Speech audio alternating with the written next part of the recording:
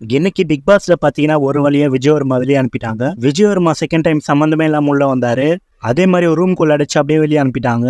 இந்த ஒரு election big pass பாக்குற ஆடியன்ஸுக்கு செம்மையான ஒரு குட் நியூஸ் தான் சொல்லணும். இது ஒரு கொடூரமான எலெக்ஷன் தான். இவர் பண்ண வேலைக்கு இதெல்லாம் தேவைதான்.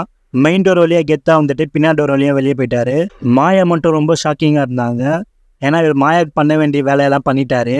இனிமேல் யாரும் பண்ண மாட்டாங்க. இனிமேல் மாயா பிக் பாஸ் வீட்டில் ஓரமாக போய் தான் உட்காரணும். இப்போ உள்ள இருக்க கண்டஸ்டன்ட் எல்லாமே மாயா மேலே செம கோவமாக இருப்பாங்க. குறிப்பாக விஷ்ணு. ஸோ விஜயவர்மா இந்த விஷயம் பற்றி கமெண்ட் பண்ணுங்க. அதே மாதிரி இன்னைக்கு விக்ரம் உள்ள வந்தாரு. தேவையில்லாம லூசு மாதிரி பேசிட்டு இருக்காரு. இவர் மாயாவால வெளியே அனுப்பதை பார்த்துட்டு திரும்ப வந்து மாயாக்கே சப்போர்ட் பண்றாரு. விக்ரம் மாதிரி ஒரு ஆள் யாரும் பார்த்துருக்க மாட்டாங்க.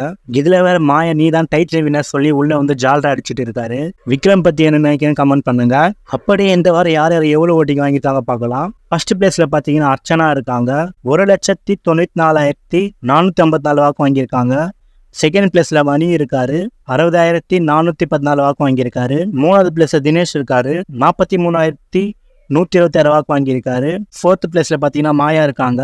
39,513 வாக்கு வாங்கியிருக்காங்க. அஞ்சாவது பிளேஸ்ல விஷ்ணு இருக்காரு. 27,863 வாக்கு வாங்கியிருக்காரு. கடைசி பிளேஸ்ல பாத்தீங்கன்னா விஜயவர்மா இருக்காரு. ரொம்பவே கம்மியான வாக்கு, 12,681 வாக்கு வாங்கியிருக்காரு.